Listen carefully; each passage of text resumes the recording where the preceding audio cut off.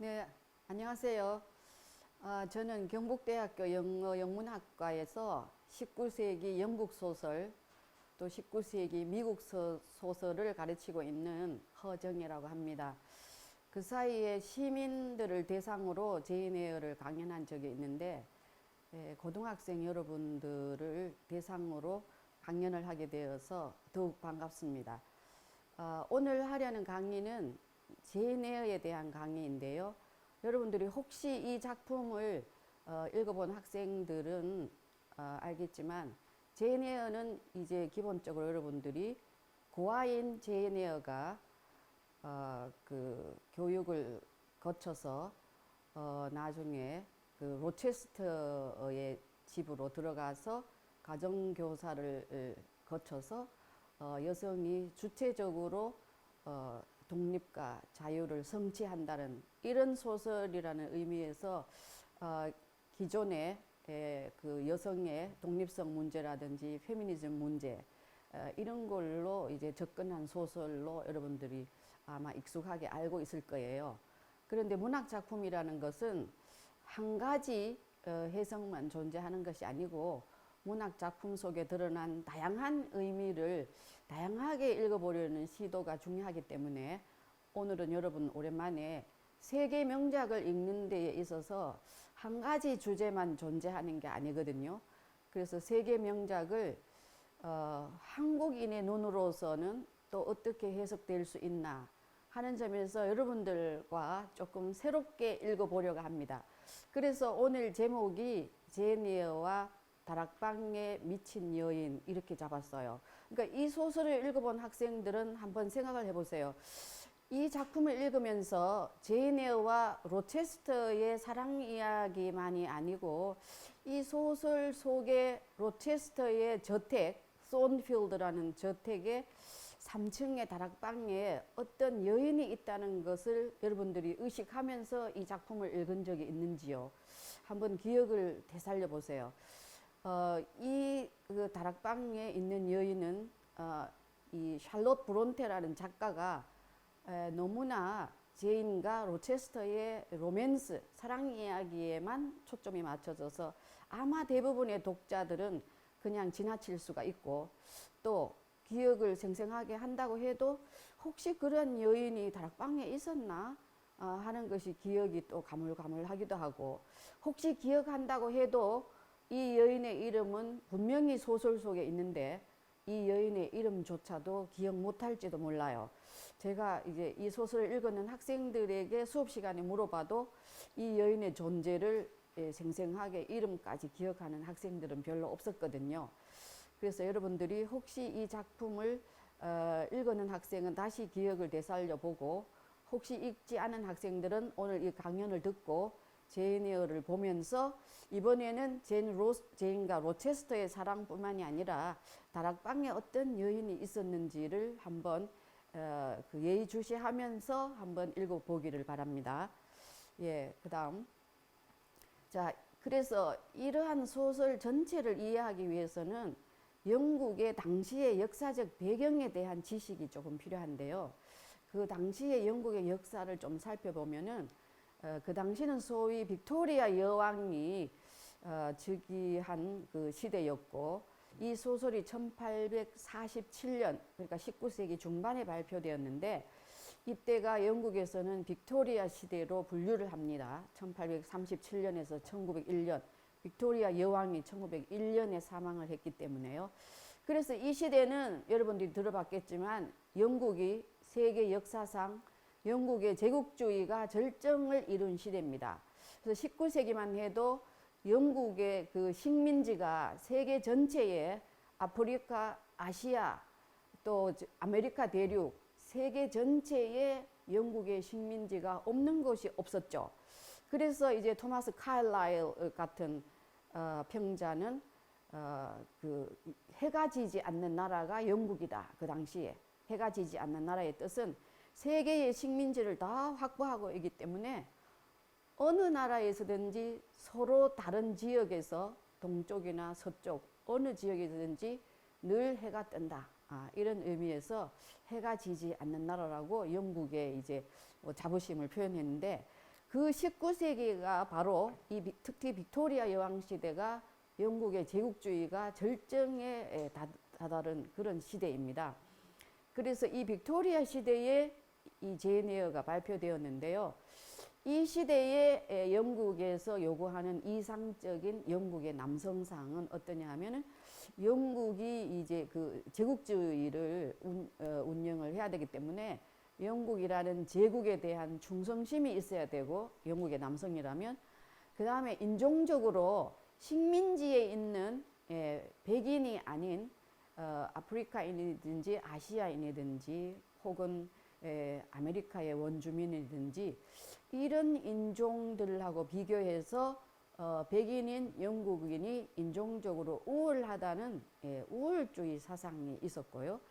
그 다음에 이런 인종적으로 우월한 영국인이 미개한 식민지인들을 개화를 시켜야 된다. 문명인으로 만들어야 된다. 우리 같은 문명인이 이렇게 해서 식민지인을 개화를 시켜야 된다는 사명감으로 가득 찬 시대였습니다.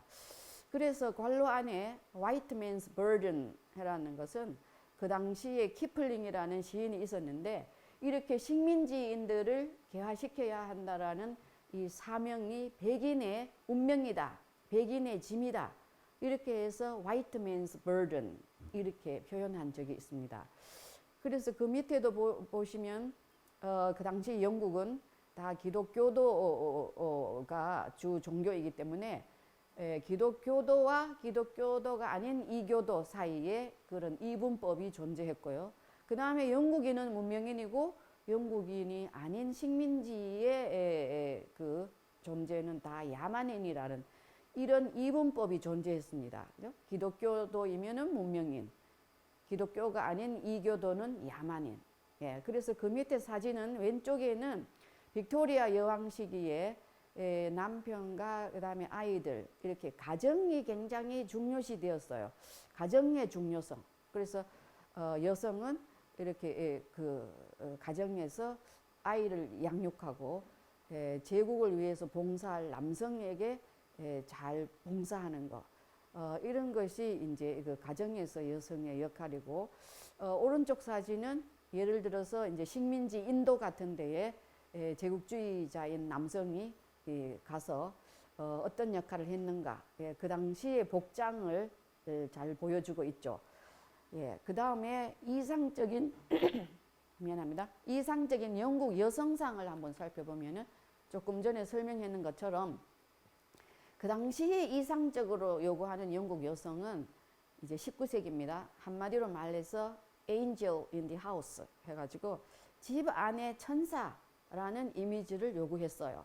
집 안에 천사라는 것은 이제 어떤 것을 미덕으로 삼았냐 하면은 역시 남편에게 복종하고 겸손해야 되고, 말이 너무 많아서는 안 되고 따져서는 안 되고 침묵해야 됩니다. 그리고 예의 범절이 있어야 되고 순결해야 되고 상냥해야 되고요. 그러니까 이렇게 남성이 여성에게 요구한 미덕이 많지요. 그러면서 이 여성들은 그 당시에 영국이 제국주의를 운영해 나갔기 때문에 제국의 과업을 남성들이 수행하는 데 있어서 남성을 기쁘게 하고 정신적인 힘을 부여해주고, 그 다음에 그러한 제국에 기여할 훌륭한 자식을 양육하는 것이 그 당시에 이상적인 영국 여성에게 요구되는 모습이었습니다. 자, 그 다음에 이제 이 시기에 특히 영국과 그 다음에 그 식민지를 어떻게 제국주의가 잘 이끌어 나가야 되느냐, 이런 점 때문에 그 당시에 유럽에, 영국을 포함해서 유럽에는 생물학적 인종주의라는 학문이 성행을 했는데 18세기 말에서 19세기 사이에 유행을 했어요. 그래서 이거는 뭐냐 하면은 왜 이런 것이 유행하게 되었느냐, 영국의 제국주의를 유지하기 위해서 우월한 영국인 우리와 그 다음에 우리와 비교해서 열등한 식민지의 타자, 식민지의 다른 인종을 구분하기 위해서는 차이가 필요했어요, 이론적으로. 그러면 그 차이가 어디에서 존재하느냐? 인종 간의 신체적인 차이에서 온다. 이렇게 해서 인종 간의 신체적인 차이에 주목을 해서 신체적인 특징이 이러한 차이가 있다라고 생물학적 인종주의자들이 이렇게 정리를 했는데, 영국인과 다른 타인종들은 식민지의 미개인들이기 때문에 어디에 비유했냐면 동물과 같다. 그래서 문학 작품에 보면은 개나 원숭이에 비유한 것이 많이 나오고요. 혹은 괴물이다. 몬스터라는 이런 표현이 문학 작품에 많이 나오거든요. 그리고 몸도 정상적인 몸이 아니고 기형적으로 이상하게 생겼다. 이렇게 괴물이다. 이렇게 표현을 하거나, 혹은 그 당시에 영국에는 뭐냐면은 식민지, 특히 아메리카 대륙의 원주민, 이런 사람들은 다 식인종이다. 누구든지 나타나면은 다 잡아먹는다. 이렇게 해서 영국의 그 당시에는 식인종이라는 이런 담론이 유행을 했어요. 그리고 혹은 흡혈귀다. 피를 빨아먹는 흡혈귀다. 이렇게 해서 타인종들을 이렇게 신체적 특징을 갖고 있다. 이렇게 해서 규정을 했고, 사실 이런 문제들은 제인 에어라는 작품에도 타인종을 이렇게 묘사하는 것이 등장을 합니다. 이런 부분에 대해서는 여러분들이 아마 제인 에어를 읽으면서 미처 주목하지 못했을 수도 있어요. 오늘 한번 살펴보기로 하죠. 자, 본격적으로 이 제인 에어의 작가인 샬롯 브론테에 대해서 살펴보겠는데요. 샬롯 브론테는 그 자매들이 모두 소설가예요. 영국에서 다 유명한 작가들인데, 이제 아버지는 아일랜드 출신으로서 이제 영국에 와서 교육을 받은 목사였어요. 그 당시에 목사는 굉장히 지적인 수준을 갖춘 그런 사람이죠. 그래서 그 아버지 밑에서 서재에서 그 다양한 책들을 읽으면서 자라났는데, 이 세 자매 중에서 제일 언니가 샬롯 브론테예요. 제인 에어를 쓴. 그 다음에 그 밑에 동생이 에밀리 브론테예요. 여러분들이 잘 아는 워더링 하이츠. 이것이 우리나라의 번역이 폭풍의 언덕이라고 되어 있잖아요. 그런데 번역은 워더링 하이츠라고 해야 됩니다. 왜냐하면 워더링 하이츠가 저택의 이름이기 때문에 그대로 고유명사로서 워더링 하이츠라고 하는 것이 좋아요. 그래서 우리나라에서 의역을 하다가 보니까 이 워더링이라는 의미가 영국의 요크셔에 막 바람이 휘몰아치는 이런 방언이에요. 그래서 이제 의역을 해서 폭풍의 언덕 이렇게 번역을 해서 여러분들이 폭풍의 언덕으로 알고 있는데, 원제목 워더링 하이츠를 그대로 번역하는 것이 좋다고 생각됩니다. 그래서 그 동생 샬롯 브론테의 여동생이 에밀리 브론테고, 그 밑에 여동생이 막내가 앤 브론테가 있는데 마찬가지로 소설가예요. 와일드 페일홀의 소작인, 이래서 이건 여러분들이 유명하지 않아서 들어본 적이 없을 텐데, 어쨌든 이 세 명이 다 문학적인 재능을 가진 자매들이었고, 영국 문학사에서 세 자매들이 다 문인으로 중요한 작가로 평가가 됩니다. 그래서 이제 어디에서 태어나느냐 하면은 영국에 가면은 하월스라고 읽으면 되는데, 이 지도에 보면은 영국의 한 중간 정도에 위치하고 있죠. 여러분들이 잘 아는 리버풀이 있고 그 옆에 맨체스터가 있는데, 맨체스터 조금 위에 약간 오지입니다. 그래서 여기 가면은 이 자매들이 태어난 브론테 뮤지엄, 브론테 박물관이 있어요. 그래서 여기에 나도 방문을 해보니까 저기 2층에 가면은 2층에 이 자매들이 자고 있는 이제 침실이 있어요. 거기에서 내려다 보면은 바깥을 보면은 여기 있는 것처럼 무덤에 이 묘비가 보이죠. 그래서 이 세 자매들도 이 그 목사관에서 살았기 때문에, 여기 아버지가 목사여서 이 목사관에서 살면서 2층 창문에서 밖을 내다보면은 자연도 보이지만은 영국의 그 황야, 무어도 보이지만 이렇게 묘비가 보이거든요. 그래서 창문에서 바라보는 이 묘비의 그 죽음을 늘 생각을 하다가 보니까 이 작품 같은 것이 조금 강렬하게 그 묘사되지 않았나 하는 생각이 들게 만들었어요. 2층 창문에서 바라다 보면요. 그래서 브론테 박물관을 이제 여러분들이 하월스라는 곳에 가서 방문하면은 볼 수가 있고요. 그 다음에 아까 말한 이 영국의 전형적인 그 무어예요. 황야인데 지금 산은 보이지 않죠. 평평한 황야가 넓게 펼쳐져 있고 여기에서 이제 워더링 하이츠 같은 경우에는 폭풍의 언덕에 히스클리프나 캐서린 이런 두 명이 아주 강렬한 사랑을 하면서 이 무어에서 막 뛰놀던 곳, 이것이 무어입니다. 그리고 여러분들이 보이는 보라색 꽃, 이것이 히스예요. 히스. 그래서 히스 클리프라는 이름은 이 히스가 피는 절벽이라는 뜻이죠. 그래서 이 히스가 가장 아름다운 시절이 영국에 가면은 8월이에요. 그러나 겨울이 되면은 이제 이 꽃들은 다 이제 지고 없고 굉장히 황량하고 바람이 많이 불고, 그래서 아마 워더링 하이츠는 바람이 심하게 부는 그런 언덕이라는 의미로서 저택 이름이 워더링 하이츠예요. 자, 이제 본격적으로 제네어에 대한 얘기를 하겠는데 1847년에 발표되었다 했죠.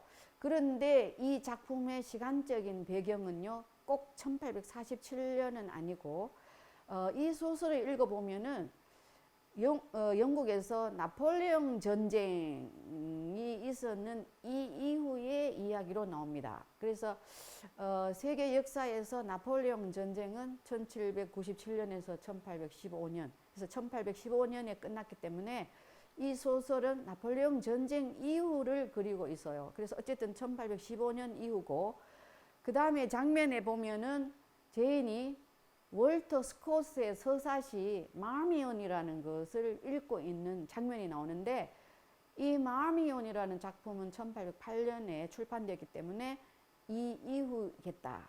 이렇게 생각을 하면은 한 1820년대, 1830년대 이 부분이라고 볼 수가 있어요. 그리고 이제 서술 구조는 주의해야 될 것이 1인칭 화자입니다. 1인칭 소설, I로 소설을 하는데, 물론 이 소설의 초반에는 제인이 한 10살쯤 정도 된 제인이 등장을 해요. 그러나 이 소설하는 화자는 10살짜리가 소설하는 것이 아니라 나중에 결혼하고 나서 아이도 낳고 로체스터하고 결혼하고 나서 한 30살쯤 된 성숙한 화자가 과거를 회상하면서 10살부터의 내가 옛날에 이런 모습이었다부터 시작해서 쭉 소설을 하는 이게 성장 소설의 형태를 띠고 있기 때문에 이 화자는 30살 정도의 성숙한 화자입니다. 10살짜리가 아니고요. 그래서 그것을 혼동하면은 안 되고요.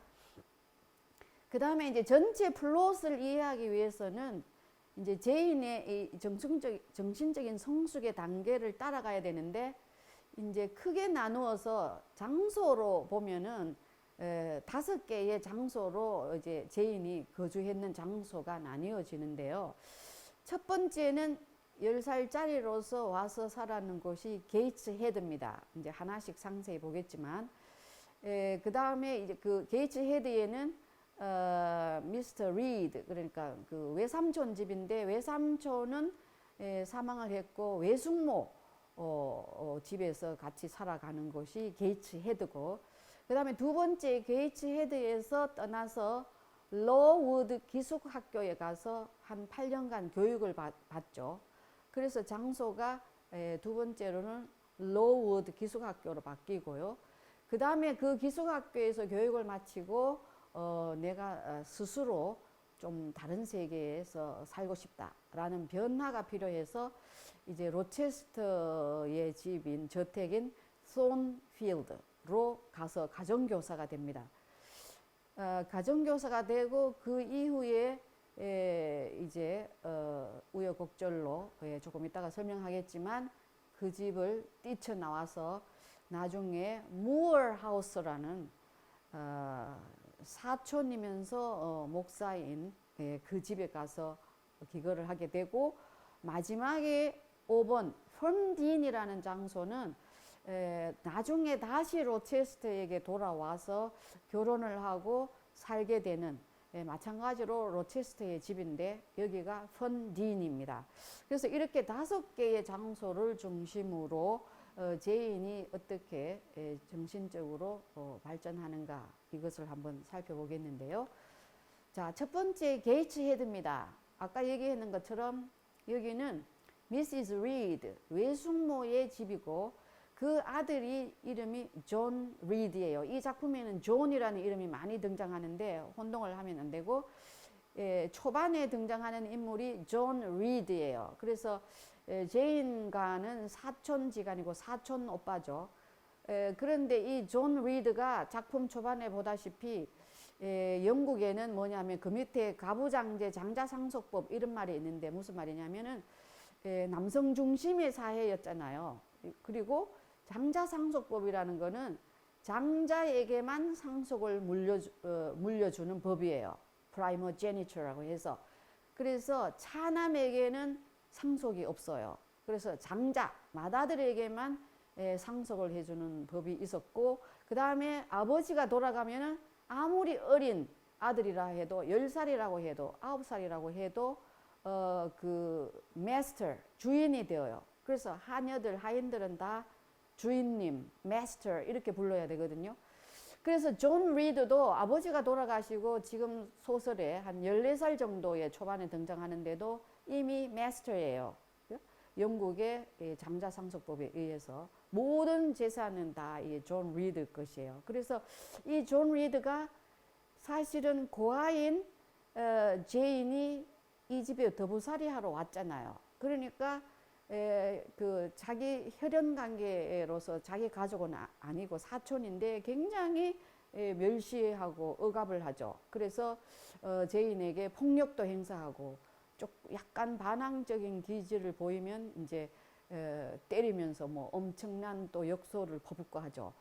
그래서 이것이 제인 에어뿐만이 아니고 영국 소설 다른 작품에도 보면 이 당시에 장자상속법 때문에 이 장자에게, 맏아들에게 너무나 엄청난 권력과 재산이 집중되다가 보니까 전부 오만하고, 그 다음에 노름을 한다거나 그러다 보니까 그 결과 오히려 빚에 시달리고 이렇게 해서 자살하고 이런 경우가 많거든요. 이런 것은 오히려 그 당시에 영국의 가부장제의 폐해라고 할 수 있죠. 여성에게만 고통을 주는 것이 아니라 남성에게도 바람직한 제도가 아니었다는 것이 지금 살펴보면 알 수가 있어요. 근데 이때의 존 리드가 제인이 그 자기 말에 반항을 하고 말을 잘 안 듣는다고 해서 가두는 곳이 붉은 방이에요. 소설에 레드 룸이라고 나오는데, 거기서 그 붉은 방에 갇혀서 엄청난 공포도 경험하고 거기에서 죽은 외삼촌의 유령도 보고 하죠. 그런 의미에서 또 고딕 소설의 특징을 갖고 있기도 해요. 유령이 나타난 점에서. 그래서 이제 작품 초반에는 제인이, 이 어린 10살짜리 제인이 강렬하게 저항을 하는 모습이 이 소설 초반에 우리가 살펴볼 수가 있어요. 그 다음에 두 번째는 이 집에서 이 너무나 반항적으로 행동을 하고 하니까 미시스 리드 외숙모가 로우드 기숙학교의 교장 선생님인 브로클 허스트를 불러서 상의를 하고 제대로 얘가 교육을 좀 시켜야 된다. 너무나 애가 반항적이다. 그렇게 해서 부탁을 해서 브로클 허스트 교장이 운영하는 로우드 기숙학교로 거의 강제로 가게 됩니다. 그래서 거기에서 영국의 전형적인 지적인 정신적인 교육을 받게 되는데요. 이렇게 해서 이제 브로클 허스트 교장은 작품에 나타나는 것을 여러분들이 읽으면 알겠지만 굉장히 그 가난한 상태, 시설도 그 당시 영국에서 시설도 별로 좋지 못한 제인 에어처럼 가난한 그 고아들이 주로 와서 교육시키는 곳인데 이런 자선금으로 기부를 받아서 거기서 그 여성들의 여학생들의 활력이라든지 조금 뭐 조금 멋을 내려고 한다든지 하는 이런 것에 대해서 이 교장이 엄격한 규율을 가지고 굉장히 이 억압을 합니다. 그 학생들을 억압을 하고, 그 다음에 제이는 특히 외숙모한테 들었다시피 굉장히 말을 잘 안 듣는, 거짓말도 하는 그 여학생이다. 이런 학생은 기독교도가 아니라 인도의 종교를 얘기하면서 그 힌두교의 신을 얘기하면서 그런 신을 믿는 학생이나 다름없다고 굉장히 가혹한 벌을 주죠. 이 제인에게. 그래서 그런 예만 보더라도 영국의 기독교하고 그 다음에 인도의 종교는 굉장히 미개인이고 이렇게 제인처럼 반항하는 그 학생들이나 믿는 종교다. 이렇게 얘기를 하죠. 그런데 이 학교에서 그 제인이 만나는 친구 혹은 선생님이 대표적인 사람이 누구냐 하면 헬렌이라는 그러니까 제인보다는 나이가 좀 많은 여학생인데, 이 여학생은 읽는 책도 제인도 나름대로 똑똑한데 제인이 상상할 수 없는 굉장히 그 수준 높은 책을 벌써 읽고 있고 정신적으로 굉장히 성숙해요. 그래서 헬렌을 자기의 어떤 멘토로 삼는 정도로 친하고, 밤에 기숙사에서 잘 때 헬렌의 침대에서 같이 자고 할 정도로 굉장히 친한데, 그런데 이 헬렌은 뭐를 주장하냐면은 당시에 이 학교의 교장뿐만이 아니라 교사들이 굉장히 이 학생들을 갖다가 교육을 시킨다고 이게 자율 같은 것을 굉장히 억압하면서 그 심한 그 교육을 시키거든요. 근데 이 부당하다고 생각되는 점에 대해서도 제인은 부당한 점에 대해서 교사이지만 항의를 해야 된다라는 입장인데, 이 헬렌은 이 작품 속에서 제인보다 성숙한 학생으로 나오는데, 문제는 이런 아무리 부당하게 교사가 자신을 대한다고 해도 헬렌은 그 부당한 점에 대해서 저항을 하고 반항하는 것은 기독교도 문명인의 태도에는 맞지 않다 하면서 굉장히 순응을 합니다. 교사들이 아무리 부당한 대우를 하고 그 매질을 받을 이유가 없는데도 매질을 당하고 해도 이 헬렌은 무조건 순응을 합니다. 이런 점에 대해서 제인은 처음에는 굉장히 그런 점에 대해서 동의를 하지 못하고 부당하다고 생각하지만, 나중에는 헬렌의 영향을 굉장히 많이 받아요. 결과적으로 보면 이런 헬렌으로 인해서 결국 이 로우드 기숙학교에서 제인의 이 반항적인 기질이 조금은 순화됩니다. 오히려 헬렌으로 인해서요. 헬렌을 너무 좋아하니까요. 그 다음에 또 한 명, 다른 교사들하고 다른 미스 템플이라는 교사가 있어요.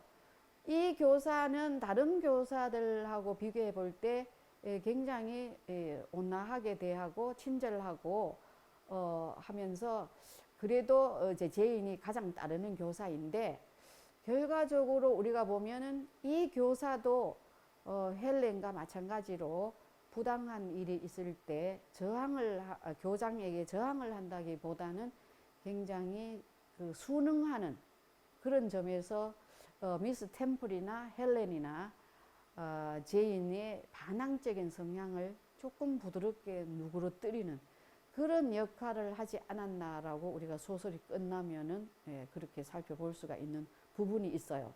그래서 헬렌이나 미스 템플이나 마찬가지로 영국에서 브로클 허스트나 마찬가지로 태도가 다른 것 같지만 결국 영국인으로서 영국인은 문명인이고 반항을 하는 것은 야만인들이나 하는 행위다 해서 문명인과 야만인을 구분을 하고 영국인과 식민지인을 구분을 했다는, 영국인이라는 점에서는 다 유사한 점이 있다는 거죠.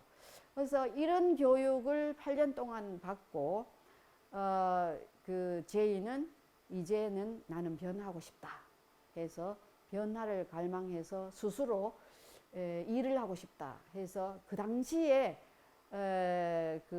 이 젠트리 계급 여성, 조금 이따가 나오는데, 젠트리 계급의 그 자기 아버지가 죽었지만은 사망을 했지만은 자기는 이런 하층 계급이라고는 생각하지 않아요. 제인은 아버지가 돌아가시고 도부살이를 했지만 그래서 이러한 계급이 할 수 있는 그 여성이 그 당시에 할 수 있는 일이라고는 가정교사밖에 없었어요.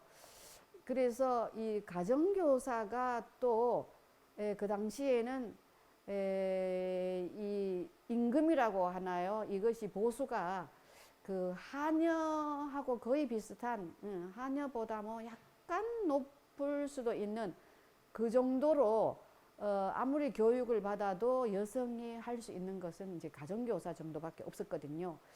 그래서 내 힘으로 돈을 벌고 싶고 경제적으로 독립을 하고 싶다라는 생각에서 가정교사가 되고 싶다 해서 그때 마침 광고를 보고 로체스터의 집인 손필드로 가정교사로 가게 됩니다.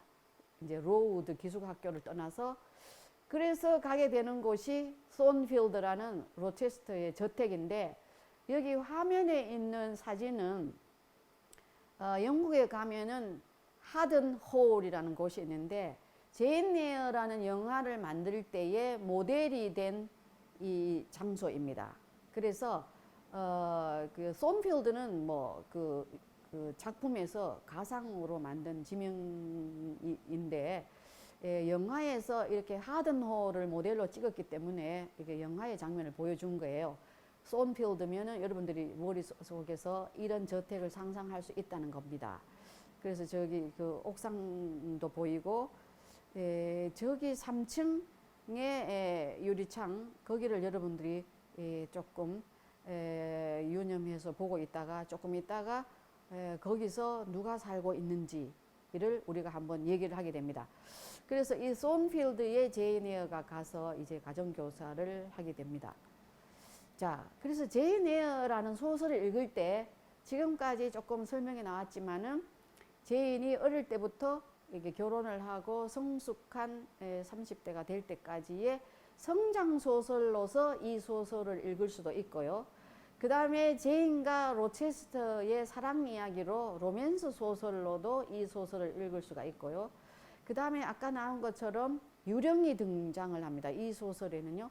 그러니까 외삼촌의 유령뿐만이 아니라 조금 있다가 이 저택의 다락방에 사는 이 여인의 웃음소리, 기괴한 웃음소리가 제인이 이 저택에 도착한 첫날부터 들려오거든요. 그래서 유령이 등장한다는 측면에서 우리가 신비스럽고 현실에서 동떨어진 중세의 성에서 일어난 공포스러운 얘기 다루는 이런 것이 이제 고딕 소설인데 이 시기는 영국에서 사실주의가 성행한 시기인데도 불구하고 이 소설은 고딕 소설, 낭만주의에서 활용이 되는 고딕 소설의 요소도 여기에 들어 있어요. 그래서 고딕 소설의 특징으로서 읽을 수도 있고요. 그 다음에 이제 처음부터 얘기한 이 소설을 페미니즘으로 읽는 방법. 그러니까 여성이 제인 에어가 어떻게 고아인 여성이 자기 스스로 자주성과 여성으로서 자유와 독립을 쟁취하는가.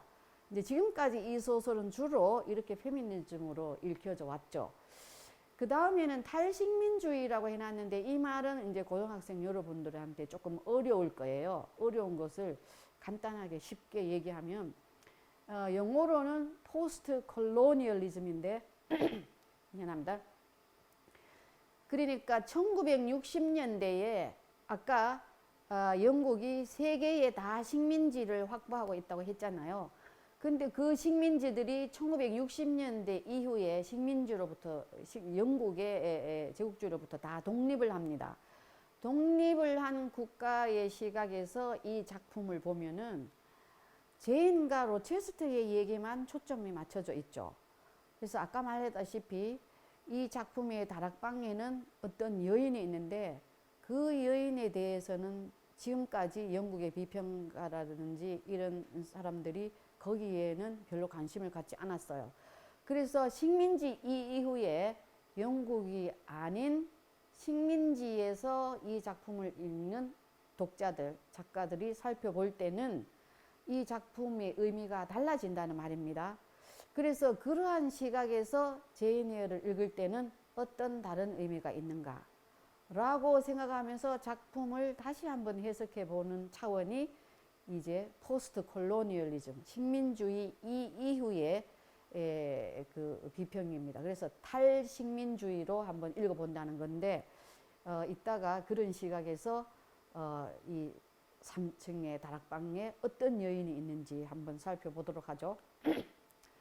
먼저 그러나 이 소설에서 페미니즘으로 우리가 이 소설을 읽는 점을 무시할 수는 없어요. 그래서 이 점은 이제 지금까지 이 소설을 이렇게 읽어왔다는 점에 대해서는 다 같이 한번 살펴봐야 되고요. 그래서 첫 번째, 이 소설을 페미니즘으로 읽으려면은 어떤 의미를 갖고 있느냐. 네, 아까 얘기했는 것처럼 제인은 굉장히 주체적인 여성으로 이 소설에서 독립적이고 저항적 여성으로 묘사되고 있고, 그런 점에서 제인은 19세기의 이상적 여성의 삶을 의문을 제기하고 삶에 대해서 회의를 느끼고 이런 삶이 아닌 다른 삶을 살고자 시도하는 여성이죠. 그래서 소설에 보면은 특히 여러분들한테 알려주고 싶은 이런 문장이 있는데, 소설의 제23장에 보면은 I am a free human being with an independent will, 이런 문장이 나와요. 그래서 free, 나는 굉장히 자유로운 인간이고 누구에게 억압되지 않는, 그리고 independent will, 내가 굉장히 독립적인 의지, 나 스스로의 의지, 누가 시켜서가 아니고 남성이 이렇게 요구해서가 아니고 나 스스로의 독립적인 의지를 가진 아주 자유로운 인간이다 라고 선언하는 그런 대목이 나와요. 그리고 이 손필드에 가면서 그 멀리 이제 지평선을 바라보면서 저 지평선 너머에 다른 넓은 세계에는 무엇이 있을까? 나도 저런 세계에 한번 가고 싶다 해서 그 자신이 속한 이 조그마한 세계 아닌 다른 넓은 세계를 꿈꿉니다. 그래서 이 시기에는 여성은 소위 남성들이 활동하는 정치적인 사회적인 영역이라고 하는 공적 영역에서 활동을 하지 못하고, 여성들은 다 소위 사적 영역이라 그래서 가정에서 머물면서 남편을 내조하거나 아니면 자식을 양육하는 그런 가정에만 머물러서 사적 영역에 머물기를 강요를 했어요. 그런데 제인은 이 당시의 여성들하고는 드물게 19세기입니다. 지금하고는 달라요. 그죠? 19세기의 여성으로서는 드물게 더 넓은 세계, 공적 영역에 나가서 여성으로서 자신의 능력을 발휘하고 싶은 꿈을 꾸었다는 점에서 우리가 또 페미니즘 시각에서 높이 평가할 수가 있고요. 그 다음에 이 소설을 읽다가 보면은 어떤 장면이 나오냐 하면은 미스 제니어라고 자기가 불리었는데, 이제 로체스터하고 결혼을 하게 되어서 신혼여행을 가기 전에 자기 신혼여행 가방에 트렁크에 이름이 붙여져 있어. 태그가요. 거기에 뭐라고 붙여져 있느냐 하면 미시즈 로체스터라고 붙여져 있는 겁니다. 이것을 보면서 제인이 사실은 충격을 받아요.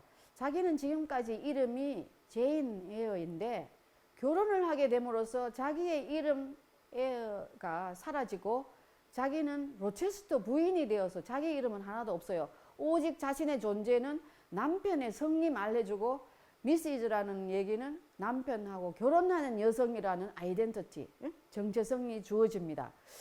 그래서 내가 왜 미시즈 로체스터인가에 대해서, 이름에 대해서 영국 소설에서 최초로 의문을 갖는 여성이 제인 에어입니다. 그런 점에서 또 우리가 페미니즘으로 접근할 수가 있고요. 그 다음에 이 19세기 영국 소설에는 그 여성이 남성에 대해서 이게 성적인 열망, 패션을 묘사하는 작품이 뭐 거의 없습니다.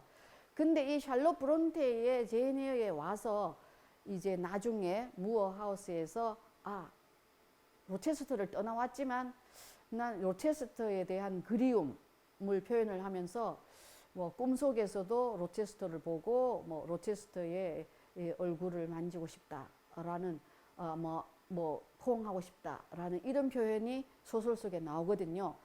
그런 점에서 이제 소설에서 그 당시에 거의 없었던 이런 성적인 열망을 표현했다는 점에서 여성이 주체적으로 숨기지 않고 표현을 했다는 점에서 또 페미니즘으로 읽을 수 있는 측면이 있다는 겁니다.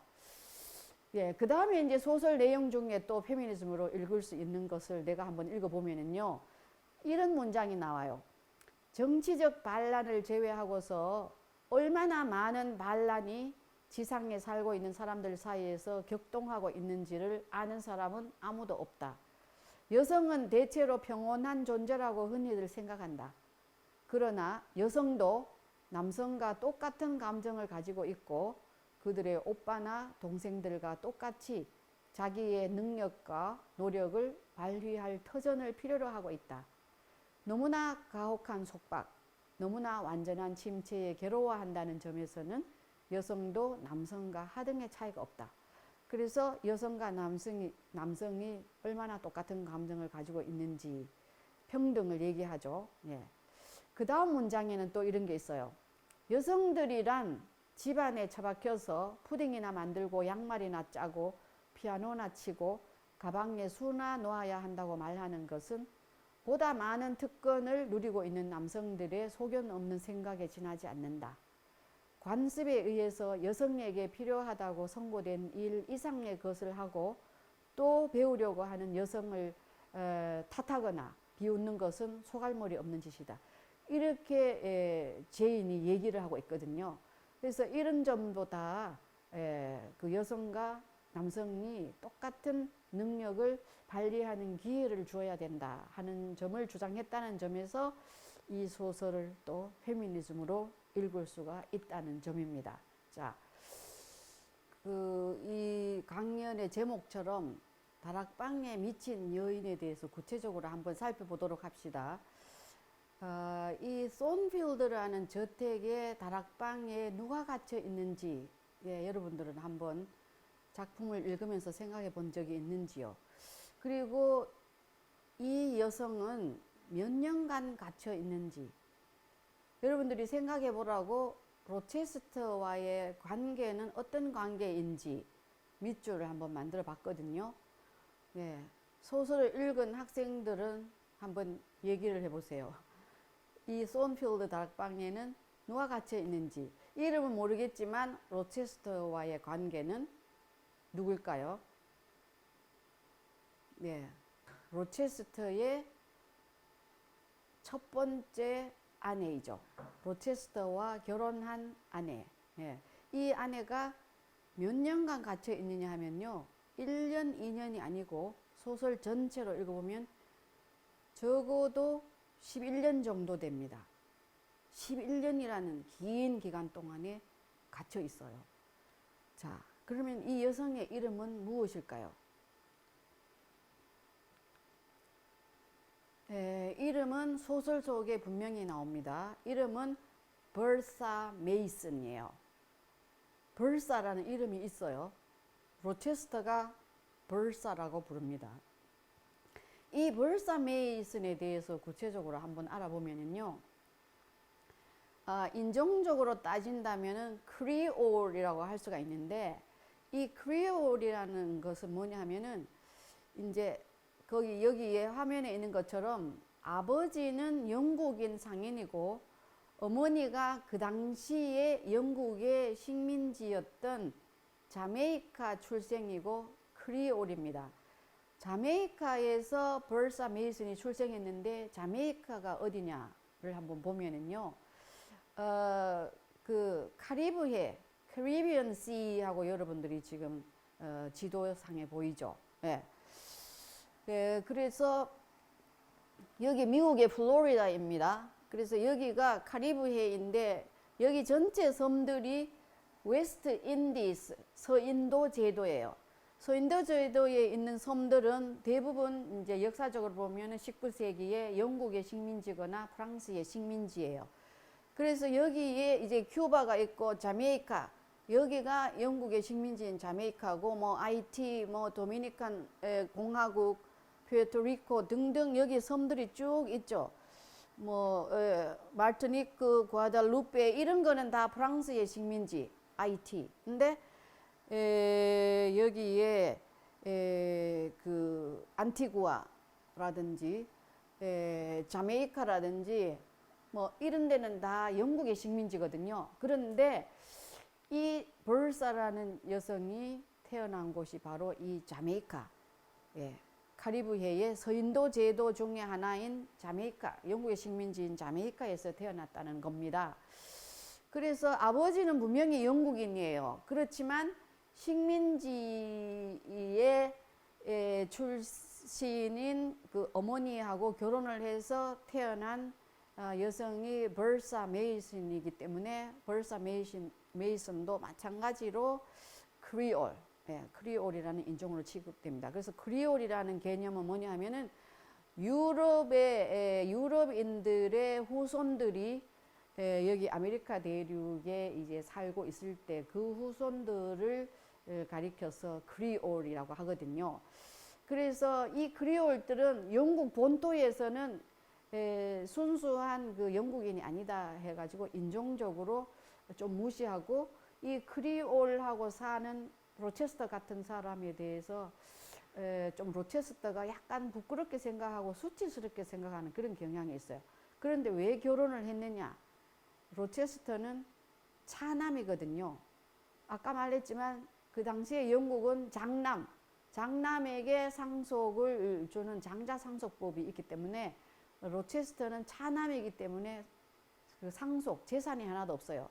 그러면은 돈이 있는 여성하고 결혼해야지 그 재산이 로체스터의 것이 되기 때문에 할 수 없이 버사 메이슨은 아버지가 영국인 상인으로서 이 식민지 자메이카에 간 영국의 상인들은 전부 돈을 많이 벌어서 이게 부자가 되었거든요. 그래서 굉장히 부유해요. 예, 그래서 재산을 3만 파운드를 가지고 결혼을 하게 되는데 그 당시에는 엄청나게 많은 돈이에요. 그래서 이 결혼을 하게 되면은 당시의 영국법은 뭐냐면 19세기 후반에 기혼여성 재산법이 생기는데 그 이전까지의 모든 재산은 결혼을 하면 남편 소유가 됩니다. 그래서 이 3만 파운드의 재산은 결혼을 하자마자 로체스터의 재산이 되고 로체스터가 손필드에서 이 떵떵거리면서 살게 되는 것은 다 이 벌사의 재산 3만 파운드로 가능한 거죠.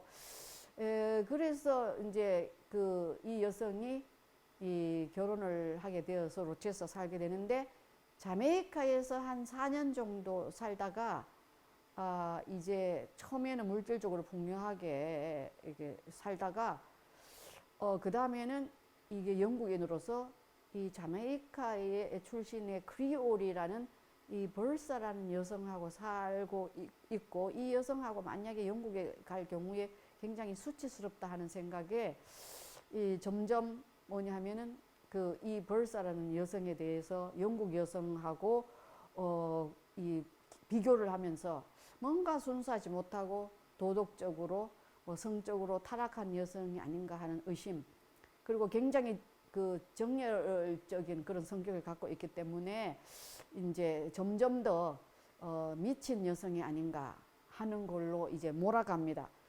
자, 그래서 이제 로체스터에 대해서 나오는데 이 로체스터의 계급은 아까 말한 것처럼 귀족은 아니고 젠틀리 계급입니다.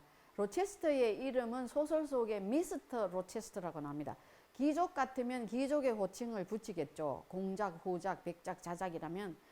그러나 젠틀리 계급으로서 이게 돈이 많고 하기 때문에 귀족들하고 어울리기는 하지만 귀족은 아니고 미스터 로체스터의 젠틀리 계급이고, 그 당시에 영국의 젠틀리 계급이라는 거는 시골의 이게 토지를 임대를 해서 소장료를 받고 그것을 이제 소득으로 살아가는 시골 양반들이에요. 이 젠틀리 계급은. 그래서 로체스터는 젠틀리 계급이고, 차남은 설명을 했고, 현재 나이가 여러분들 소설을 보면 알겠지만, 지금 이제 그 결혼을 한 여성인 아내를 다락방에 가두고 있기 때문에 결혼을 하고 나서 한 적어도 11년이 흘렀거든요. 그래서 37세, 8세 정도에 되는 남성입니다.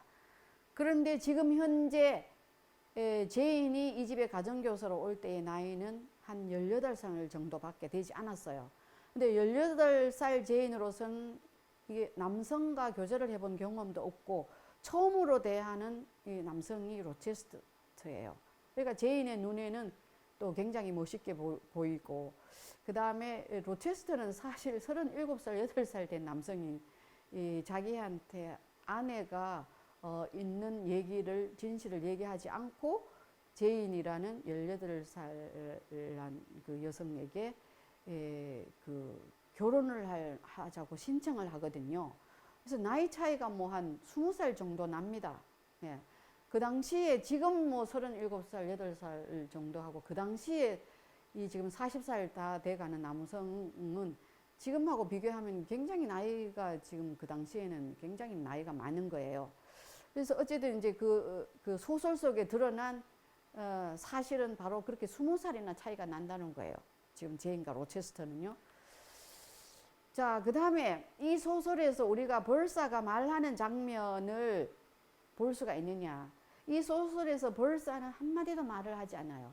샬롯 브론테는 작가는 제인이 서술하게 하고 또 때로는 로체스터가 말하게 하지만 이 다락방에 갇혀 있는 여인 벌사는 말을 하지 않아요. 그래서 우리는 벌사의 생각을 알 수가 없어요. 그래서 벌사에 대해서 파악을 하는 것은 제인이 설명하는 거나 로체스터의 관찰과 설명에 의해서만 벌사라는 사람을 파악할 수가 있어요. 예, 그래서 이 소설은 제인과 로체스터의 로맨스에만 초점을 맞추고 벌사의 의미가 뭔가는 소설을 다 읽어도 독자들이 잊어버리도록 교묘하게 이게 은폐되어 있어요. 그러니까 아마 여러분들도 제인 에어라는 소설을 읽었는데 이런 여성이 있었나? 라는 거를 생생하게 기억을 못하고 잊어버리는 것이 당연하도록 이 소설이 되어 있어요. 그래서 소설의 이 벌사에 대해서 제인이 묘사를 했다면 어떻게 묘사했는가 우리가 한번 살펴보면요. 이 로체스터와 이 벌사가 사실은 결혼에 실패를 하거든요. 그래서 이 존재를 전혀 제인에게 사실을 얘기하지 않고 이제 그 면사포를 쓰고 교회에서 둘이가 결혼을 하려는 순간 주례인 목사가 이제 영국에는 이 두 사람이 결혼하는데 의의가 없습니까? 이렇게 이의가 없습니까? 이렇게 물었을 때에 이의가 없어야지 결혼이 성립되는데 그때 벌사의 오빠인 그 로버트 메이슨과 그 다음에 어떤 변호사가 등장을 하면서 이의가 있다. 로체스터는 이미 결혼을 했고 자메이카에서 결혼을 했고 여기 증거가 있다. 라는 것을 보여주고 그 다음에 이 여인은 지금 현재 손필드의 다락방에 갇혀 있다. 라는 얘기를 함으로써 이 결혼은 완전히 뭡니까? 실패로 돌아갑니다. 그래서 이제 흥분한 로체스터가 제인의 손을 끌고 그 손필드에 가서 다락방에 갇혀 있는 그 벌사를 보면서 보라! 내가 이런 여인 때문에 이렇게 고통스럽게 살고 있고 11년 동안이나 내가 이 여인 때문에 이렇게 꼼짝을 못하고 있다. 이렇게 하면서 이 여인이 어떤 여인인지 한번 보라 하고 제인의 손을 끌고 가서 제인이 직접 봅니다. 그래서 제인이 이 여인을 관찰을 했을 때에 이렇게 얘기합니다. 제인이 벌사에 대해서 이 외모나 피부색은 전형적인 영국인하고 다르다라는 설명을 이렇게 합니다. 얼굴 빛은 자주색이고 또 검은색이고 변색된 얼굴이다. 이 변색된다라는 거는 자메이카라는 이 곳은 이제 카리브해에서 햇볕이 뜨겁잖아요. 그러니까 피부가 굉장히 피부가 타서 피부가 영국인들보다는 검어지거든요. 그러니까 그거를 탈색됐고 변색됐다 이렇게 묘사를 하고 그 다음에 제인은 눈은 빨갛게 충혈이 되어 있다. 퉁퉁 부은 검은 입술이다. 검은 눈썹이다. 그리고 머리카락은 머리와 얼굴을 가리는 말갈기 같은 검은 머리털이다. 이런 식으로 묘사를 하면서 뭔가 이 벌사는 제인의 눈에도 벌사의 몸은 뭔가 동물 같고 괴물 같고 흡혈귀 같다. 이렇게 묘사를 하거든요.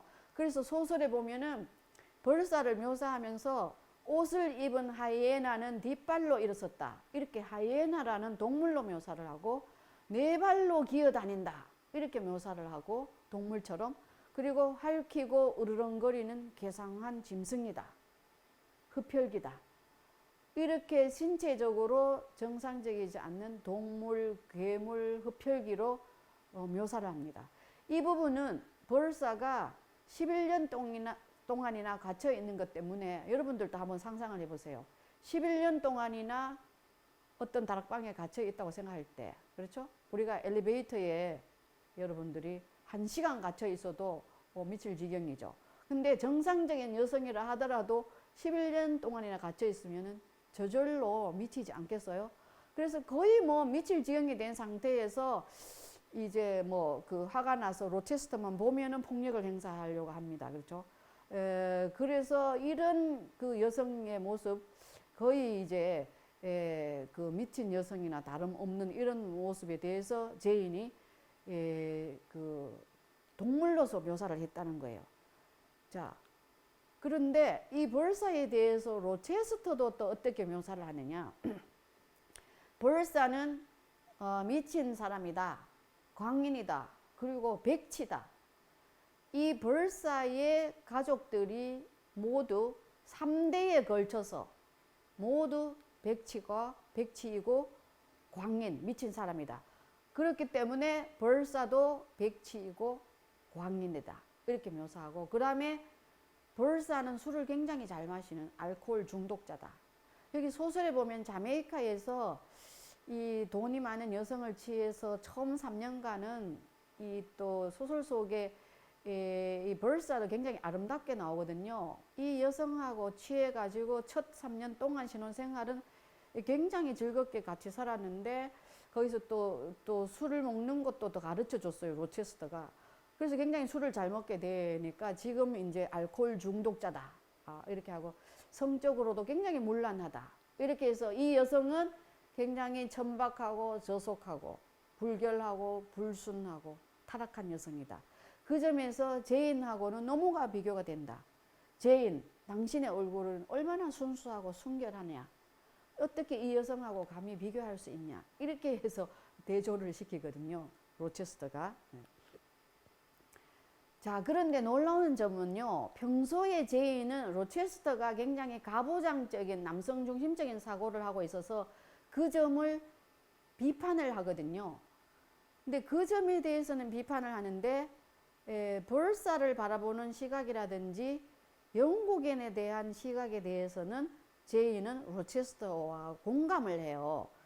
그래서 로체스터가 사실은 나폴레옹 전쟁 이후에 영국인은 굉장히 이제 어떤 자부심이라든지 영국인으로서의 그 자랑으로 생각을 하고 있고, 우리 영국인은 나폴레옹 전쟁에서 이긴 그 영국인은 유럽의 다른 나라의 사람들하고는 다르다라는 좀 오만이 작용하고 있었어요. 그래서 로체스터는 그 아내가 있는 상태에서 아내를 다락방에 가두어 놓고 유럽의 여러 곳을 다녔어요. 물론 내 이런 그 여인 때문에 내가 너무나 고통스럽고 내가 자유롭게 이렇게 돌아다니면서 내가 참을 수가 없어서 이 자유롭게 여행을 조금 하면서 나를 좀 다스려야 했다. 이렇게 해서 소설에 보면은 프랑스 여성하고도 사귀고 독일 여성, 이탈리아 여인을 차례로 사귀면서 분명히 아내가 있는 상태에서 그런 여성들과의 사귀는 것에 대해서 정당화를 하고 그럴 수밖에 없었다라고 제인에게 얘기를 하고 제인의 동조를 얻습니다. 그래서 로체스터는 이 부분에 대해서 뭐라고 얘기하냐면, 내 과거의 실수는 운명이고 환경 때문이다. 소설에 분명히 그렇게 얘기하고 있어요. 나는 원래는 선한 사람인데 운명과 환경 이런 것 때문에 내가 어쩔 수 없이 이런 여성하고 결혼했고 그 여성 때문에 내 인생이 이렇게 망쳐졌다. 운명과 환경 때문이다. 나는 원래 선하다. 이것을 제인에게 호소를 해요. 그래서 제인은 그거를 사랑에 빠졌기 때문에 그대로 믿죠. 그래서 로체스터는 원래는 선량한 성격이고 고상한 신념을 가진 분이고 깨끗한 취미를 가진 분인데 환경이, 운명이 저렇게 만들었구나. 이 사랑에 빠지게 되면은 그런 좋은 모습만 보이게 되니까요. 로체스터를 그렇게 공감을 합니다, 제인이. 그래서 이 점에서 제인과 로체스터는 공통적으로 영국의 민족주의라든지 영국의 우월주의라는 특색을 보여주고 있는데요. 그런 점을 또 작품에서 구체적으로 살펴보면은 제인이 이 손필드에서 가정교사를 하면서 가르치는 이 소녀가 아델이라는 이 여성이에요. 아델이라는 소녀가 프랑스 출신인데 이 로체스터가 프랑스 여성하고 사이에 낳았다라고는 할 수 없고 이 프랑스 여성이 그 어떤 다른 남성하고 사이에 낳은 소녀인데 이 소녀를 기를 수가 없어서 로체스터에게 맡기는데 그 프랑스의 소녀 아델을 데리고 와서 제인이 가르치면서 뭐라고 말하냐면은 이 소녀를 다 교육을 시킨 다음에 이 아델은 프랑스의 소녀인데 영국에 와서 그 파리라는 데가 도덕적으로 굉장히 아주 그 태폐한 곳인데 그 파리의 수렁에서 건져가지고 건전한 영국 교육을 시켜서 프랑스인의 결점을 많이 교정해 주었다. 그래서 아델은 얌전하고 양순하고 상냥한 여성이 되었다. 이렇게 얘기하는 대목이 나거든요. 그래서 이 점에서도 제인은 뭐예요? 영국인으로서의 자부심을 가지고 영국인은 프랑스인하고는 다르다. 샬롯 브론테는 주로 영국인의 종교는 기독교도고 프로테스탄트고 프랑스인이 믿는 종교는 가톨릭인데 가톨릭을 믿는 사람들하고 기독교도를 믿는 사람하고는 다르다라고 얘기하는 게 제인 에어뿐만이 아니고 샬롯 브론테의 다른 작품에도 나오거든요. 그래서 프랑스인하고 비교해서 항상 영국이 더 우월하다는 점. 그래서 영국의 교육으로 아델이 굉장히 이제 그 교양을 갖추고 도덕적으로 아주 개선되고 한 성숙한 여성이 되었다. 이렇게 표현하는 대목이 나오거든요. 영국의 민족주의라든지 영국의 우월주의를 강조하고 또 어떤 대목에서는 이런 부분이 있어요. 영국 농부의 아이들을 가르치는 가정교사 역할을 하거든요. 제인이. 그러면서 영국 농부의 아이들은 굉장히 건강하고 자유를 추구하고 정직하다. 정직을 굉장히 강조하면서 프랑스나 독일에 비해서 굉장히 영국의 아이들이 우수하다. 가장 교육을 잘 받고 가장 예의 바르며 자부심이 있다. 이렇게 영국의 아이들마저 프랑스와 독일의 아이들하고 비교해서 우수하다. 이런 점을 이 소설에서 분명히 강조하고 있어요. 영국이 얼마나 우월한가 하는 영국의 민족주의적인 차원에서요. 자, 그래서 우리가 로체스터가 미쳤다고 다락방에 가둔 벌사가 정말로 미쳤는가 하는 점은 이제 소설을 들여다보면서 증거를 얘기를 하고 우리가 주장을 해야 돼요. 그렇죠? 근데 벌사가 미쳤다고 얘기할 때에 정말 미쳤다고 할 수 있는가 하는 점에 의문을 가지도록 하는 장면이 있어요. 그래서 제인은 벌사의 존재에 대해서 전혀 모르고 그냥 한 번씩 다락방에서 이상한 웃음소리 정도, 그때마다 뭐 거기 어떤 하녀가 있는데 그 하녀가 한 번씩 그런 소리를 낸다라고 이제 로체스터나 여기 이 전체를 관리하는 가정부가 얘기를 하거든요. 그래서 벌사의 존재를 잘 모르는 상태인데 로체스터하고 결혼하기로 한 전날 밤 이 벌사가 제인이 자는 방에 몰래 들어옵니다. 근데 제인은 한참 잠들어 있다가 무슨 인기척이 나서 눈을 뜨는데 눈을 뜨고 보니까 캄캄한 방 안에 어떤 여성이 들어와서 제인이 벽에다가 결혼식 때 입을 면사포라든지 그 다음에 웨딩 드레스를 걸어놨는데 거기에서 면사포를 이 여인이 내려서 그 면사포를 정확하게 둘로 찢어버리는 장면이 나옵니다. 위에서부터 시작해서 면사포를 둘로 쪼개는 찢는 장면이 나와요. 그거를 찢으면서 우리가 생각할 때에 제인은 이제 로체스터와 결혼할 거니까 제인을 생각해도 화가 나잖아요. 그러면은 적어도 제인에 와서 뭐 제인을 화가 나서 때린다든지 괴롭힌다든지 이런 장면이 나와야 될 텐데 제인에 대해서는 손 하나 까딱하지 않고 그 면사포만 둘로 쪼개고 방을 조용히 나가는 장면이 나오거든요, 소설에. 그래서 이제 이 면사포를 둘로 찌는 장면은 이제 우리 그 학자들이 해석하기에 제인에게 경고를 하는 거다.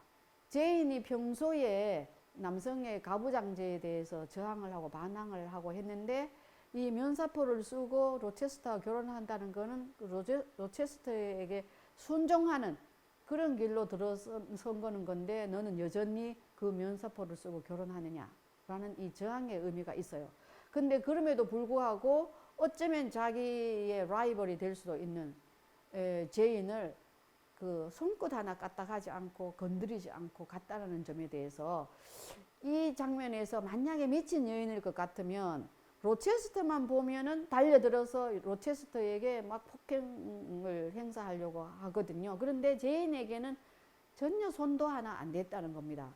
그러면은 미친 여인이면은 과연 그렇겠느냐. 이제 이 장면은 적어도 이성을 가졌기 때문에 제인은 건드리지 않고 면사포만 찍고 상징적으로 자기의 주장하는 바만 얘기하고 조용히 나갔다는 점에서 이런 장면은 벌사가 과연 미쳤다고 볼 수 있느냐 이제 의문을 가지게 한다는 겁니다.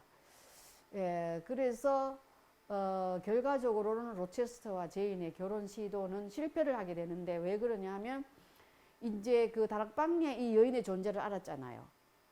이미 결혼을 했다는 상태, 그리고 뭐 이혼도 하지 않은 상태예요. 그래서 제인은 이 상태에는 결혼을 할 수 없다고 보고 이 집을 뛰쳐나옵니다.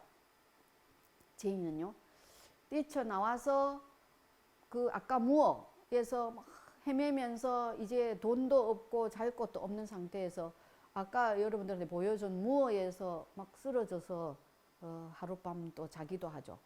그래서 헤매다가 또 밥을 얻어 먹어야 되는 상태고 뭐 이런 거지나 다름없는 그런 상태가 돼가지고 문을 두드리는 곳이 무어하우스입니다. 그래서 이 무어하우스는 뭐냐 하면은 나중에는 사촌으로 밝혀지는데 세인트 존이라는 이 목사가 살고 있는 집이에요. 자기들 그 자매들 3명하고. 그런데 이 세인트 존이 이제 이 집에 가서 이제 그 도움을 받게 되고 뭐 거의 쓰러지다시피 하는 상태에서 이제 먹을 것을 주고 이제 잠을 자고 해서 기력을 되찾아서 얘기를 나눠 보니까 이 집이 자기 사촌 집입니다. 이 사실 뭐 이 제인 에어에는 우연도 많죠. 그래서 이 세인트 존이라는 인물이 여기서 또 초점을 받게 되는데 로체스터와 굉장히 대조적인 인물로 나와요. 로체스터는 제인이 좋아하는 인물로 그 당시에 영국의 이상적인 남성처럼 굉장히 신체적으로도 강건하고 에너제틱, 굉장히 정력적이고요. 그래서 이 영국이라는 제국을 과업을 수행하기에 딱 맞는 인물로서 그래서 굉장히 힘이 있고 해서 제인이 매력을 느끼는 그런 인물로 나오잖아요. 그래서 때로는 불꽃으로 소설 속에 보면 파이어로 굉장히 정열적이고 맹렬한 독수리 이렇게 힘이 있는 그런 이미지로 나오는데 세인트 존은 굉장히 차가운 그 인물로 나와요. 얼음에 비유해요. 그래서 세인트 존은 얼음에, 로체스터는 불꽃에 비유하는데 이 세인트 존은 목사로서 굉장히 엄격하고 냉혹하게 나와요. 그런데 자기는 지금 그 기독교를 전파를 하기 위해서 식민지인 인도에 가서 영국인으로서 식민지인들을 미개한 사람들을 개화를 시켜주고 기독교를 전파해서 인도를 문명화시켜야 된다 하는 문명화 사업을 하러 갑니다. 제국주의자의 일환으로서요. 그래서 가게 되는데 자기가 이 사업을 같이 할 아내가 필요해요. 근데 이 세인트 존에게는 자기가 사랑을 하는 여인이 있어요. 로자몬드라고. 근데 이 여성은 굉장히 이제 곱게 자라고 제인은 굉장히 강인한 성격을 갖고 있잖아요. 정신적으로, 그다음 육체적으로. 그래서 자기가 인도에를 가려면 인도는 굉장히 이제 영국하고 기후도 다르고 위험한데 로자몬드라는 이런 그 아주 온실 속에서 큰 이런 여성하고 가서 사업을 하기 그 식민지 선교 사업을 하기에는 이 여성은 너무 나약하다. 사랑을 하지만 이 여성하고 결혼하려고 하지 않고 자기가 가만 관찰을 해보니까 제인은 굉장히 정신적으로 강인하다. 지적으로도 뛰어나다. 그래서 사촌이지만 제인이 내가 사랑은 하지 않지만 선교사의 아내로서는 제인이 적당하다고 해서 제인에게 청혼을 합니다. 그런데 이게 그 장면이 굉장히 긴데요. 제인은 여기에 대해서 어떤 반응을 보이냐 하면 제인은 세인트 존이 생긴 거는 굉장히 잘생긴 걸로 나와요. 무슨 그리스 조각상처럼. 그러나 이 사람이 굉장히 얼음처럼 차고 또 냉혹하거든요. 그래서 이 사람에 대해서 제인은 로체스터에게 처음에 이게 꽂혔기 때문에 세인트 존에 대해서는 사랑하는 마음이 일말에 사랑하는 마음도 없어요. 그래서 제인이 또 중요한 점은 뭡니까? 자기가 영국 소설에서 이 당시에 사랑하는 사람하고 결혼하기가 힘들어요. 남성이 그냥 재산하고 갖추어서 결혼하자 하면 여성이 경제적인 권리가 없기 때문에 그 남성하고 보통 결혼을 하거든요. 근데 이 소설 또 특이한 점은 제인이 자기가 사랑하는 사람하고 결혼하고 싶다라는 의견을 분명하게 밝힘으로써 세인트 존, 나는 당신을 사랑하지 않기 때문에 결혼할 수 없다라고 분명히 밝혀요. 그런데 계속 설득을 합니다. 이렇게 해서 인도에 가야 된다라고 계속 설득을 하고 그런 제국주의 문명화 사업 선교사로서 가기에는 당신이 이런 점에서 적절하다. 그래서 당신이 가져야 된다. 이것이 하나님이 내게 주신 사명이다. 이렇게 계속 강조를 하니까 이제 나중에는 이제 넘어갈 뻔합니다. 그래서 제인의 대답은 뭐냐? 나는 당신을 사랑하지 않기 때문에 아내로서 갈 수는 없다. 동료로서는 갈 수 있다. 이렇게 해서 제인도 영국의 제국주의 사업에는 동의를 한다는 점이 작품에서 드러납니다. 그래서 이제 우리가 이 작품을 갖다가 평가를 할 때에 제인이 세인트 존을 사랑하지 않기 때문에 그런 점에 대해서 자신의 의견을 분명하게 밝힌 점은 페미니즘의 입장에서는 그 주체성이 있는 여성이라고 볼 수가 있지만 제국주의 당시 영국의 제국주의에 대해서 샬롯 브론테는 제인의 입을 통해서 제인이 이 제국주의 사업에 찬성해서 아내가 아닌 동료로서는 갈 수 있다고 얘기를 한 것으로 봐서는 영국의 제국주의에 대해서 이 샬롯 브론테는 동의하는 입장이다. 그래서 샬롯 브론테도 마찬가지로 영국의 민족주의라든지 우월주의라든지 이런 입장에 대해서는 찬성하는 작가라고 볼 수 있다는 점이죠. 그래서 어쨌든 이 제인은 이 마지막에 자기가 너무나 세인트 존이 인도에 가자고 설득을 하니까 마지막에는 정말 넘어가기 직전이었어요. 그 직전에 갑자기 어떤 소리를 들어요. 이 소설이 고딕 소설이가 했잖아요. 갑자기 초자연적인 목소리가 로체스터의 목소리가 제인 제인 제인 하면서 3번 들려요. 그 목소리를 듣고 갑자기 로체스터가 나를 부르는 소리다 하면서 갑자기 모든 것을 다 팽개치고 사실 이 상태에서는 벌사가 살았는지 죽었는지도 모르는 상태인데도 갑자기 로체스터의 부르는 소리를 듣고 로체스터를 찾아서 갑자기 여기를 무어하우스를 떠납니다. 세인트 존에게 제대로 인사도 하지 않는 상태에서요.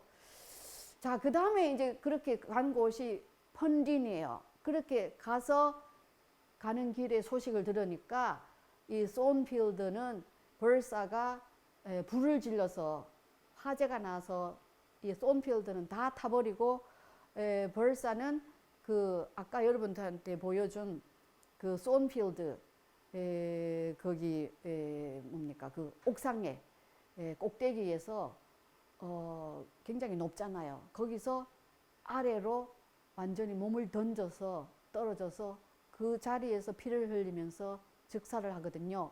근데 그 사이에 로체스터는 뭐냐 하면은 그 벌사가 그 화재가 나서 저택이 불타오르는 상태에서 옥상에 올라가니까 사고가 있을 것 같으니까 로체스터가 불이 나는 상황에서도 자기 약간 일말의 죄책감은 있잖아요.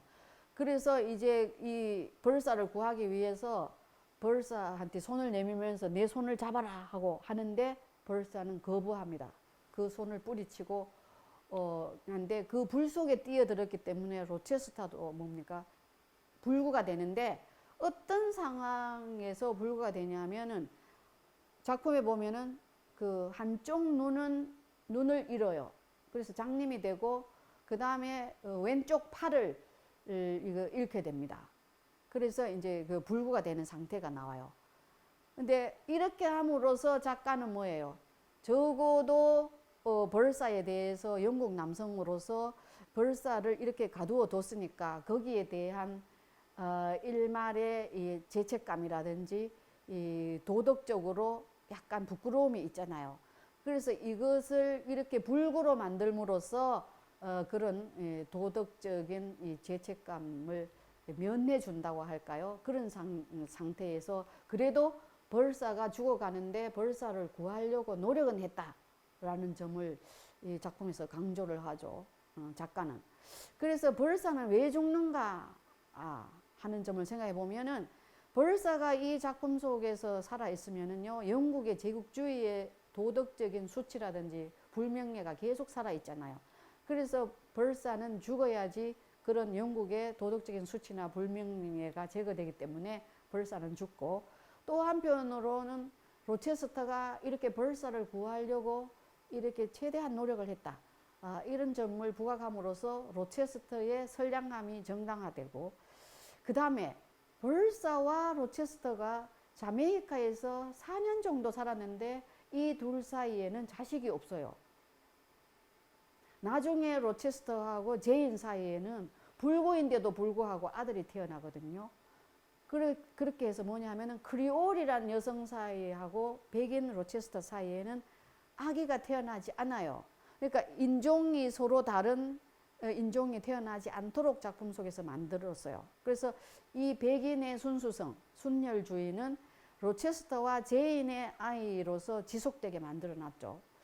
그래서 타인종 간의 혼혈은 제인 에어 속에는 없어요.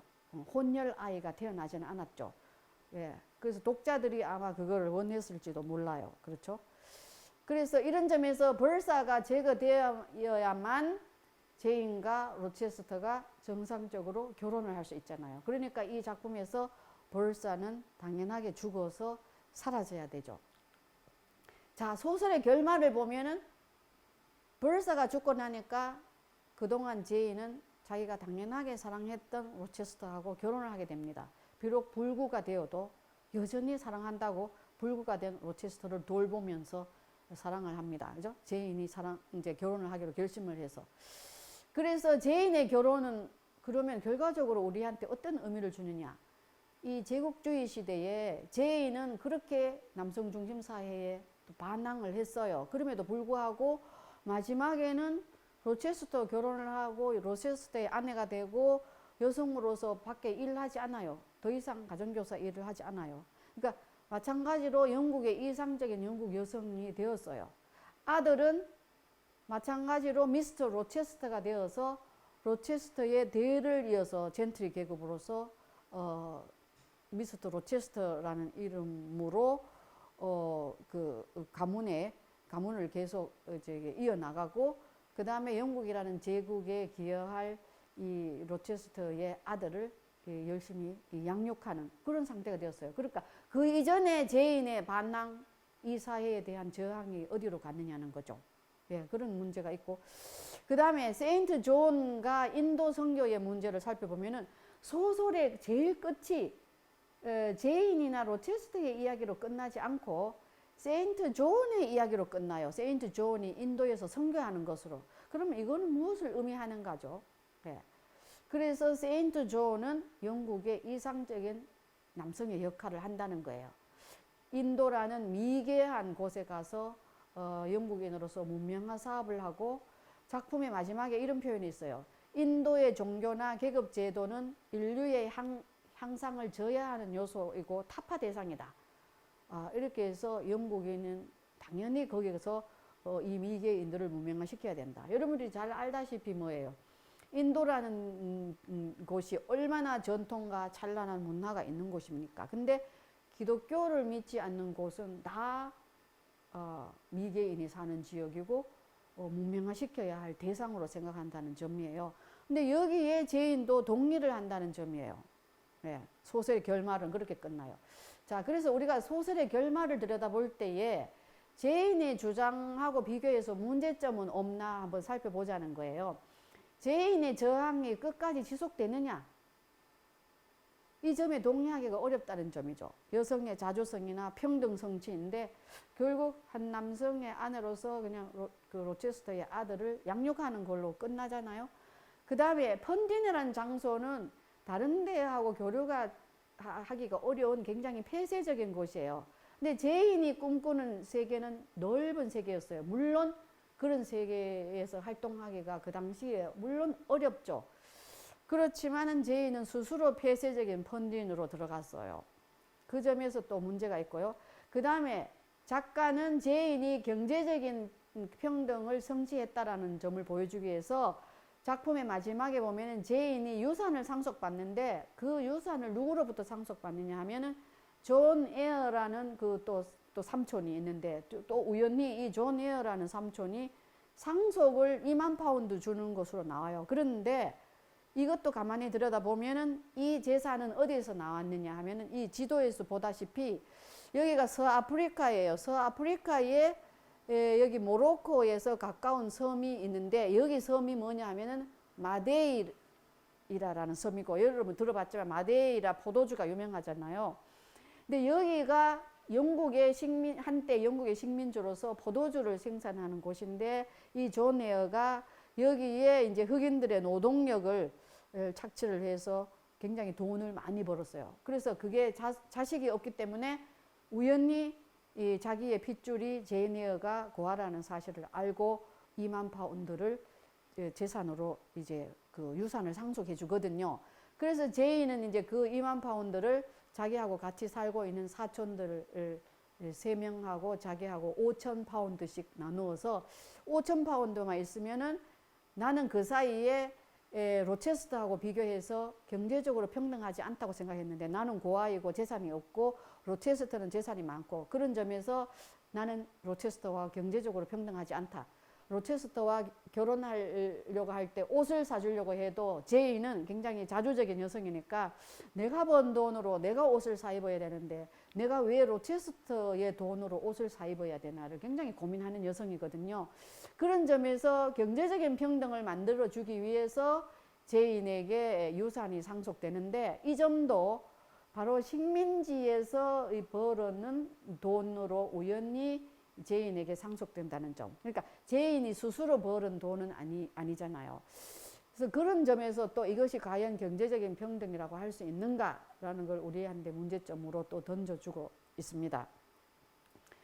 자, 그래서 지금까지 설명한 이런 벌사의 문제에 대해서 다른 시각으로 이제 1960년대 이후에 보게 되면은 이 점에 대해서 제인네를 읽으면은 불만이 생기잖아요. 왜 도대체 벌사를 저런 식으로 묘사했나?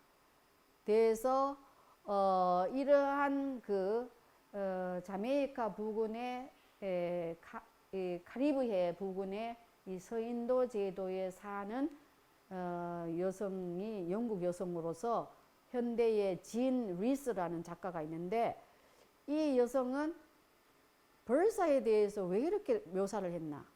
이거는 문제가 많다.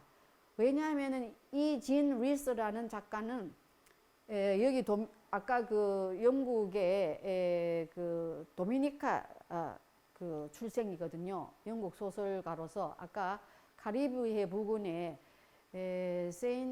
여러분들의 서인도 제도 그 지도를 봤잖아요. 거기에 보면은 이 도미니카 공화국 나오죠.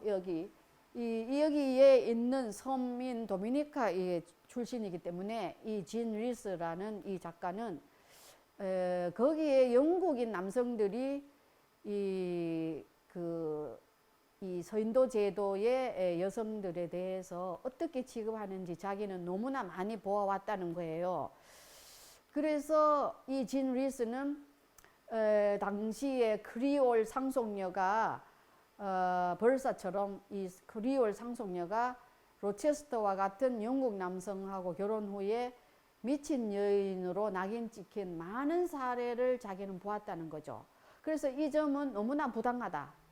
이렇게 해서 제인이 주인공이 아닌 벌사의 소녀 시절을 내가 벌사를 주인공으로 만들어서 벌사가 말하도록, 벌사가 서술하도록 해서 내가 소설을 한번 다시 써야 되겠다 해서 벌사의 소녀 시절을 앙뚜아네트라는 이름을 붙여서 복원을 해서 1966년에 다시 쓴 소설이 와이드 사게소 씨라는, 이제 우리 한국에도 번역이 되었는데, 와이드는 아주 넓은, 드넓은, 광막한 이런 뜻입니다.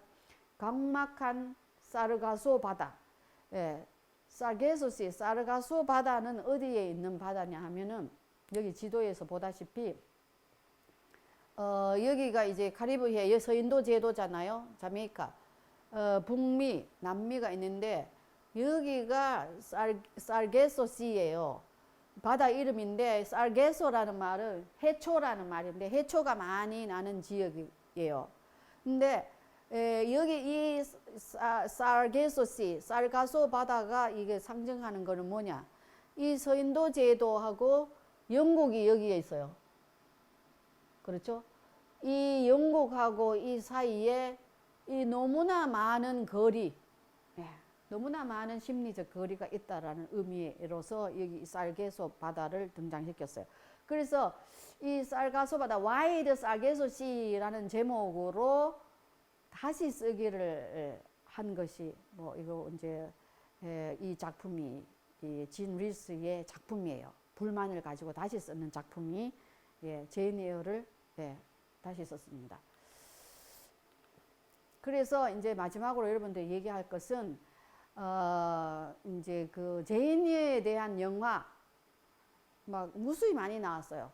그 중에서 여러분들이 염두에 두고 한번 볼 것을 내가 추천하는 영화는 1996년에 나온 영화, 프랑코 제프렐린가 하는 영화고 2011년이 이게 가장 최근 작품이에요.